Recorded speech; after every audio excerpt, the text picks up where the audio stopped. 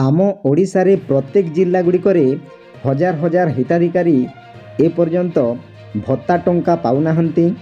सेमाने योग्य हिताधिकारी हेले हे सेमाने एपर्यंत एही भत्ता टंका पाउनाहांती। आमर मुख्यमंत्री मोहन चरण माझी जो माने भत्ता टंकारु बाद पड़िछंती किंबा सेमाने योग्य हेले हे एपर्यंत भत्ता टंका पाउनाहांती सेमानंको पाई बहुत बड़ खुशी खबर नहीं आसिछंती। गत शुक्रवार 20 तारिख दिन मुख्यमंत्री मोहन चरण माझी ओडिशा बजेट रे घोषणा करिछंती जे जेउ माने एही भत्ता टंकारु जे कोनोसी भत्ता देखंतु अनेक भत्ता अछि, वार्धक्य भत्ता, विधवा भत्ता, विकलांग भत्ता, अनेक भत्ता योजना रही।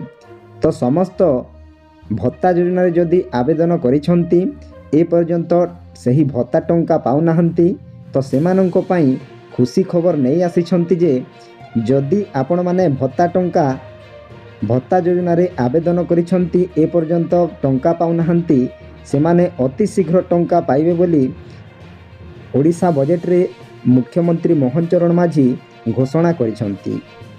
अनेक हिताधिकारी 60 वर्षरु अधिक हेलाणी किंतु ए पर्यंत भत्ता योजना रे आवेदन करिछंती ए पर्यंत भत्ता टंका पाउनाहांती। तो देखंतु पूर्व सरकार समय रे कौन थिला ना जेते बेले भत्ता पाई आवेदन करंती हिताधिकारी सेते बेले प्रत्येक पंचायत रो 3-4 जन किंबा 5 जन मृत्युवरण करि सारिले सेमानंकु सही जगह रे ऐड करा जाउथला। तो वर्तमान मुख्यमंत्री मोहन चरण माझी से समस्या को दूर करी वर्तमान जदि आपण माने भत्ता टंका पाई आवेदन करंती ताहेले अति शीघ्र भत्ता टंका पाइबे बोली घोषणा करिसंती एवं अनेक हिताधिकारी मास मास वर्ष वर्ष धरी एही भत्ता टंका रे आवेदन करथिले किंतु ए पर्यंत भत्ता टंका पाई नाहांती। तो सही समस्या को दूर करिसंती। तापरे आजि मु आपण माननकु कहिबी केउ जिल्ला गुड़िकरे केते जन हिताधिकारी बाकी रहिछंती एवं सेमानंकर नाम मध्य मु आजि लाइव प्रूफ सहित आपण माननकु देखैबी। गोटे नोटिस आसीछि मो पाखकु आपण माननकु सही नोटिस रे सरकार कोन कहिछंती केउ जिल्ला गुड़िकरे केते बाकी रहि जाइछंती एवं जदि आपण माने भत्ता टंका पाई आवेदन करिछंती आपण माननकर नाम सही लिस्ट रे अछि कि नहीं सब किछि डिटेल्स आज मु आपण माननकु लाइव प्रूफ सहित कहबी। तो आपण माने जानिछंती बिना नोटिस किंबा बिना प्रमाण रे मु वीडियो प्रोवाइड करे नहीं। तो आपण माने चैनल को सब्सक्राइब करिछंती किंबा नुआ करी मो चैनल को आसीछंती ताहेले किछि जानिबा एवं किछि सिखिबा पई आसीछंती। तो डेरी काहे कि निश्चय सही वीडियोटी को आमे प्रथमरु शेष पर्यंत देखिबा। वीडियो को गोटे लाइक करंतु एवं मो चैनल को प्रथमे आसीथिले गोटे सब्सक्राइब करी ऑल नोटिफिकेशन को ऑन करंतु फलरे एही परी हेल्पफुल नुआ नुआ वीडियो आपण मानक ठारे प्रथमे पहुंचीबो। तो देरी न करी चलंतु वीडियो को स्टार्ट करिबा। तो देखंतु एही नोटिस टी केबे जारी होईची गत 20 तारिख 2 मास 2026 रे शुक्रवार दिन एही नोटिस टी जारी होईची। तो देखंतु मधुबाबू पेंशन योजना रे आवेदन करी अपेक्षा रे थिबा व्यक्ति देखंतु आज्ञा मधुबाबू पेंशन योजना रे जदि आवेदन करिछंती ताहेले आवेदन करी अपेक्षा रे थिबा व्यक्तिंको पाई नोटिस टी जारी होईची। श्री सुधीर रंजन पट्टपक्षी सामाजिक सुरक्षा भिन्नक्षम और सशक्तिकरण मंत्री अनुग्रह करी कहिबे कि वर्तमान राज्य रे एवं विशेष करी कलाहांडी जिल्ला रे मधुबाबू पेंशन योजना रे केते संख्यक आवेदन पत्र ब्लॉक पौरांचल एवं उपजिलापाल स्तर रे मंजूरी अपेक्षा रे पड़ी रही ताहार सविशेष तथ्य देबे कि तापरे खरे जो योग्य हिताधिकारी माने दीर्घ दिन धरी वेटिंग लिस्ट रे अछंती सेमानंको पाई चलित आर्थिक वर्ष रे सरकार कोनोसी स्वतंत्र लक्ष्य धार्य रखिछंती कि तापरे विभाग पक्षरु केबे सुधा जिल्लावारी नूतन लक्ष्याधार्य प्रदान कराजिबो जहा द्वारा एही बकेया आवेदन गुड़िकर मंजूर होई पारिबो एवं अपेक्षा रे थिबा हिताधिकारी माने सेमानंकर प्राप्य पाई पारिबे। तो देखंतु आज्ञा श्री सुधीर रंजन पट्टपक्षी कहिछंती जे ସାମାଜିକ ସୁରକ୍ଷା ଓ ଭିନ୍ନକ୍ଷମ ସଶକ୍ତିକରଣ ମନ୍ତ୍ରୀ ଅନୁଗ୍ରହ କରି କହିବେ କି କରେ ବର୍ତ୍ତମାନ ରାଜ୍ୟରେ ବିଶେଷ କରି କଳାହାଣ୍ଡି ଜିଲ୍ଲାରେ ମଧୁବାବୁ ପେନ୍ସନ୍ ଯୋଜନାରେ କେତେ ସଂଖ୍ୟକ ଆବେଦନପତ୍ର ବ୍ଲକ ପୌରାଞ୍ଚଳ ଉପଜିଲ୍ଲାପାଳଙ୍କ ସ୍ତରରେ ମଞ୍ଜୁରୀ ଅପେକ୍ଷାରେ ପଡ଼ି ରହିଛି ତାହାର ସବିଶେଷ ତଥ୍ୟ ଦେବେ କି ବୋଲି ସୁଧୀର ରଞ୍ଜନ ପଟ୍ଟପକ୍ଷୀ କହିଛନ୍ତି। ଯେଉଁ ଯୋଗ୍ୟ ହିତାଧିକାରୀମାନେ ଦୀର୍ଘଦିନ ଧରି ୱେଟିଂ ଲିଷ୍ଟରେ ଅଛନ୍ତି ସେମାନଙ୍କ ପାଇଁ ଚଳିତ ଆର୍ଥିକ ବର୍ଷରେ ସରକାର କୌଣସି ସ୍ୱତନ୍ତ୍ର ଲକ୍ଷ୍ୟ ଧାର୍ଯ୍ୟ କରିଛନ୍ତି କି ତାପରେ ବିଭାଗ ପକ୍ଷରୁ କେବେ ସୁଦ୍ଧା ଜିଲ୍ଲାୱାରୀ ନୂତନ ଲକ୍ଷ୍ୟ ଧାର୍ଯ୍ୟ ପ୍ରଦାନ କରାଯିବ ତାହା ନେଇ ସୁଧୀର ରଞ୍ଜନ ପଟ୍ଟପକ୍ଷୀ କହିଛନ୍ତି। ତ କାହାକୁ କହିଛନ୍ତି ଦେଖନ୍ତୁ, ଆମର ମାନ୍ୟବର ମନ୍ତ୍ରୀ ଶ୍ରୀ ନିତ୍ୟାନନ୍ଦ ଗଣ୍ଡକୁ କହିଛନ୍ତି। ତାପରେ ଉତ୍ତର ରଖିଛନ୍ତି ଶ୍ରୀ ନିତ୍ୟାନନ୍ଦ ଗଣ୍ଡ ମାନ୍ୟବର ମନ୍ତ୍ରୀ ସାମାଜିକ ସୁରକ୍ଷା ଓ ଭିନ୍ନକ୍ଷମ ସଶକ୍ତିକରଣ। ତାପରେ କରେ ଆସନ୍ତୁ ଦେଖିବା ବର୍ତ୍ତମାନ ରାଜ୍ୟରେ ମଧୁବାବୁ ପେନ୍ସନ୍ ଯୋଜନା ଅଧୀନରେ ମୋଟ 6,73,349 ଜଣ ଆବେଦନ କରି ଭତ୍ତା ଅପେକ୍ଷାରେ ଅଛନ୍ତି। ତାପରେ ସେମାନଙ୍କ ମଧ୍ୟରୁ କଳାହାଣ୍ଡି ଜିଲ୍ଲାରେ 22,192 ଜଣ ଆବେଦନକାରୀ ଅଛନ୍ତି। ମଧୁବାବୁ ପେନ୍ସନ୍ ଯୋଜନା ଅଧୀନରେ ଅପେକ୍ଷାରତ ଆବେଦନକାରୀଙ୍କ ଜିଲ୍ଲାୱାରୀ ତାଲିକା ପରିଶିଷ୍ଟ କରି ପ୍ରଦାନ କରାଯାଇଅଛି। କଳାହାଣ୍ଡି ଜିଲ୍ଲାରେ ଅପେକ୍ଷାରତ ଆବେଦନକାରୀଙ୍କ ବ୍ଲକ ୱାରୀ ଓ ପୌରାଞ୍ଚଳ ନିକାୟ ସଂସ୍ଥା ୱାରୀ ତାଲିକା ପରିଶିଷ୍ଟ ଖରେ ପ୍ରଦାନ କରାଯାଇଅଛି। ଦେଖନ୍ତୁ ଆଜ୍ଞା, ଶ୍ରୀ ନିତ୍ୟାନନ୍ଦ ଗଣ୍ଡ ମାନ୍ୟବର ମନ୍ତ୍ରୀ କ'ଣ କହିଛନ୍ତି, ବର୍ତ୍ତମାନ ରାଜ୍ୟରେ ମଧୁବାବୁ ପେନ୍ସନ୍ ଯୋଜନା ଅଧୀନରେ ମୋଟ 6,73,349 ଜଣ ଆବେଦନ କରି ଭତ୍ତା ଅପେକ୍ଷାରେ ଅଛନ୍ତି। ତ ଦେଖନ୍ତୁ 6,73,349 ଜଣ ଏବେ ପର୍ଯ୍ୟନ୍ତ ଭତ୍ତା ଅପେକ୍ଷାରେ ଅଛନ୍ତି। ସେମାନଙ୍କୁ ଶୀଘ୍ର ଭତ୍ତା ଦିଆଯିବ ବୋଲି ମାନ୍ୟବର ମୁଖ୍ୟମନ୍ତ୍ରୀ ମୋହନ ଚରଣ ମାଝୀ କହିଛନ୍ତି। ତାପରେ ସେମାନଙ୍କ ମଧ୍ୟରୁ କଳାହାଣ୍ଡି ଜିଲ୍ଲାରେ 22,192ଟି ଆବେଦନକାରୀ ଅଛନ୍ତି। ତାପରେ ଆମେ ଦେଖିବା ଖରେ ମୃତ୍ୟୁଜନିତ କିମ୍ବା ଅନ୍ୟ କୌଣସି କାରଣରୁ ଶୂନ୍ୟସ୍ଥାନ ସୃଷ୍ଟି ହେଲେ ଆବେଦନକାରୀମାନଙ୍କୁ ସେମାନଙ୍କ ଯୋଗ୍ୟତା ଭିତ୍ତିରେ ଭତ୍ତା ମଞ୍ଜୁର କରାଯାଇଥାଏ ଏବଂ ଏହା ଏକ ନିରନ୍ତର ପ୍ରକ୍ରିୟା। ମଧୁବାବୁ ଯୋଜନାରେ ହିତାଧିକାରୀଙ୍କ ସଂଖ୍ୟାକୁ ଆବଶ୍ୟକତା ଅନୁସାରେ ସମୟକ୍ରମେ ସରକାର ବୃଦ୍ଧି କରିଥାନ୍ତି। ଦେଖନ୍ତୁ ଆଜ୍ଞା, ଖରେ କ'ଣ କହିଛନ୍ତି, ମୃତ୍ୟୁଜନିତ କିମ୍ବା ଅନ୍ୟ କୌଣସି କାରଣରୁ ଶୂନ୍ୟସ୍ଥାନ ସୃଷ୍ଟି ହେଲେ ଆବେଦନକାରୀମାନଙ୍କୁ ସେମାନଙ୍କର ଯୋଗ୍ୟତା ଭିତ୍ତିରେ ଭତ୍ତା ମଞ୍ଜୁର କରାଯାଇଥାଏ ଏବଂ ଏହା ଏକ ନିରନ୍ତର ପ୍ରକ୍ରିୟା। ମଧୁବାବୁ ଯୋଜନାରେ ହିତାଧିକାରୀଙ୍କ ସଂଖ୍ୟାକୁ ଆବଶ୍ୟକତା ଅନୁସାରେ ସମୟକ୍ରମେ ସରକାର ବୃଦ୍ଧି କରିଥାନ୍ତି।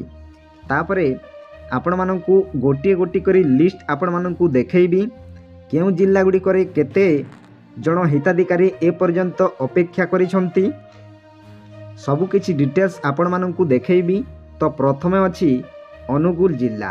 ଅନୁଗୁଳ ଜିଲ୍ଲାରେ ଆପଣମାନଙ୍କୁ ଦେଖାଉଛି 10,607 ଜଣ ଅପେକ୍ଷା କରିଛନ୍ତି। ତାପରେ ଆସିଲା ବାଲେଶ୍ୱର ଜିଲ୍ଲାରେ 27,380 ଜଣ। ବରଗଡ଼ ଜିଲ୍ଲାରେ 17,661 ଜଣ।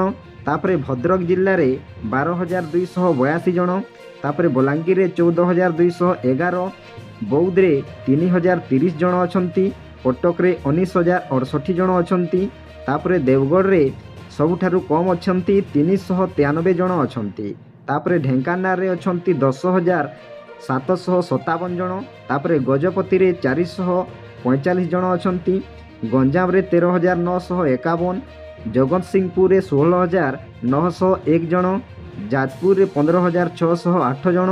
ତାପରେ ଝାରସୁଗୁଡ଼ାରେ ଅଛନ୍ତି 2,788 ଜଣ, କଳାହାଣ୍ଡି ଜିଲ୍ଲାରେ 2,968 ଜଣ, କନ୍ଧମାଳରେ 911 ଜଣ, କେନ୍ଦ୍ରାପଡ଼ାରେ 8,618 ଜଣ, କେଉଁଝରରେ 18,140 ଜଣ, ଖୋର୍ଦ୍ଧାରେ 2,444 ଜଣ, କୋରାପୁଟରେ 9,837 ଜଣ।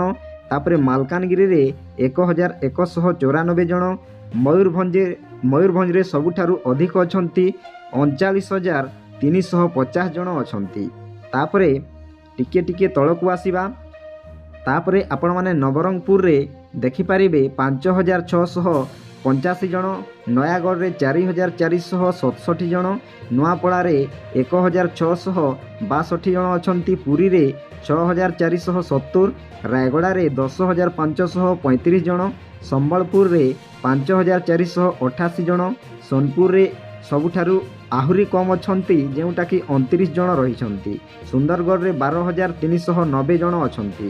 ତାପରେ ଆପଣମାନଙ୍କୁ ଦେଖେଇବି ଭବାନୀପାଟଣା ଯେଉଁଟାକି କଳାହାଣ୍ଡି ଡିଷ୍ଟ୍ରିକ୍ଟରେ ଅନ୍ତର୍ଗତ ଭବାନୀପାଟଣା, ଧର୍ମଗଡ଼, ଗୋଲମୁଣ୍ଡା, ଜୟପାଟଣା, ଜୁନାଗଡ଼, କଲମପୁର ସବୁକିଛି ଏଠାରେ ଦେଖନ୍ତୁ। ଯଦି ଆପଣମାନେ କଳାହାଣ୍ଡିର ଅଟନ୍ତି ତାହେଲେ କେଉଁ ଜିଲ୍ଲାରେ କେତେ ଗୋଟି ଅଛନ୍ତି ତ ଦେଖନ୍ତୁ କେଉଁ ବ୍ଲକ ଗୁଡ଼ିକରେ କେତୋଟି ଆପଣମାନେ ୱେଟିଂ ଲିଷ୍ଟରେ ଅଛନ୍ତି ଆପଣମାନେ ଦେଖିପାରୁଥିବେ। ସବୁକିଛି ଡିଟେଲ୍ସ ଆପଣମାନେ ଦେଖିପାରୁଥିବେ।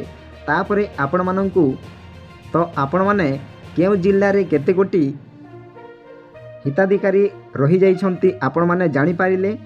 ଏବେ ବର୍ତ୍ତମାନ ମୁଁ ଆପଣମାନଙ୍କୁ ଦେଖେଇବି ଯେଉଁଟାକି ଭିନ୍ନକ୍ଷମ ବା ହ୍ୟାଣ୍ଡିକ୍ୟାପ୍ ମାନଙ୍କର ଯଦି ଆପଣମାନେ ଆବେଦନ କରିଛନ୍ତି ତାହେଲେ କିମ୍ବା ଆପଣମାନେ ମଧୁବାବୁ ପେନ୍ସନ୍ ଯୋଜନାରେ ଆବେଦନ କରିଛନ୍ତି ଆପଣମାନଙ୍କର ନାମ ସେଠାରେ ଅଛି କି ନାହିଁ ଆପଣମାନେ ନିଜେ ଚେକ୍ କରିପାରିବେ। ତ ଆସନ୍ତୁ ଜାଣିବା କେମିତି ନିଜ ମୋବାଇଲ ସାହାଯ୍ୟରେ ଚେକ୍ କରିବେ।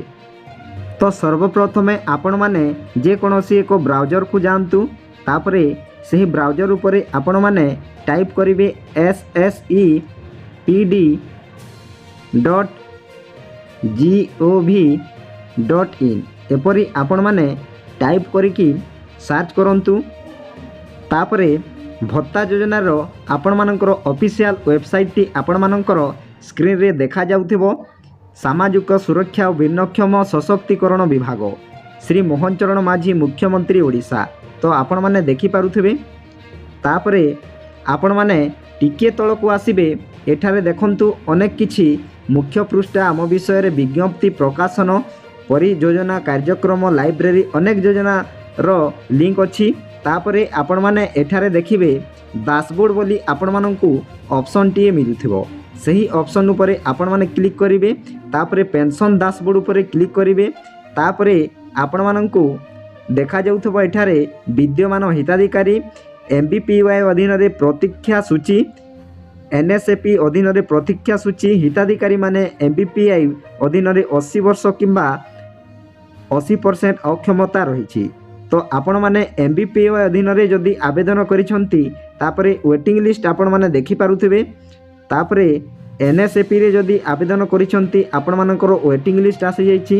ତାପରେ ଯଦି ହିତାଧିକାରୀ ଆପଣମାନଙ୍କର 80 ବର୍ଷ କିମ୍ବା 80% ଆପଣମାନେ ଅକ୍ଷମତା ଅଛନ୍ତି ଆପଣମାନେ ସେଇ କ୍ଲିକ୍ ତ ଆପଣମାନଙ୍କର ସେଠାରେ ଲିଷ୍ଟ ଆସିଯିବ।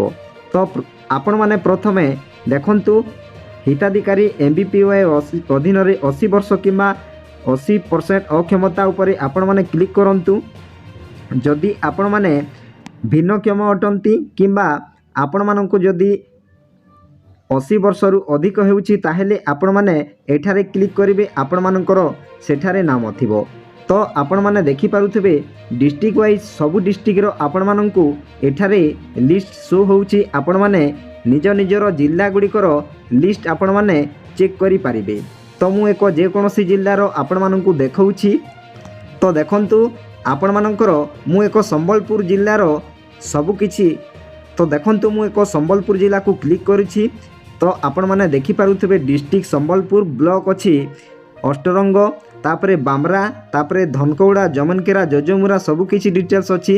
ତାପରେ ଆପଣମାନେ ଦେଖିପାରୁଥିବେ ଓଲ୍ଡ ଏଜ୍ 80+ ଯେଉଁମାନେ ହିତାଧିକାରୀ ଅଛନ୍ତି ସେମାନେ ଏଠାରେ ତାଙ୍କର କେତେ ଗୋଟି ହିତାଧିକାରୀ ଅଛନ୍ତି ସବୁକିଛି ଡିଟେଲ୍ସ ଶୋ ହେଉଛି। ତାପରେ ଯେଉଁମାନେ 80%ରୁ ଅଧିକ ଅଛି ସେମାନଙ୍କର ଅକ୍ଷମତାରେ ସେମାନଙ୍କର ସବୁକିଛି ଡିଟେଲ୍ସ କେତେଜଣ ହିତାଧିକାରୀ କେଉଁ ବ୍ଲକରେ କେତେଜଣ ଅଛନ୍ତି ସବୁକିଛି ଡିଟେଲ୍ସ ଦେଖିପାରୁଥିବେ। ତ ଆପଣମାନେ ଯେକୌଣସି ବ୍ଲକ ବା ଯେକୌଣସି ବ୍ଲକ ଉପରେ ଆପଣମାନେ କ୍ଲିକ୍ କରନ୍ତୁ।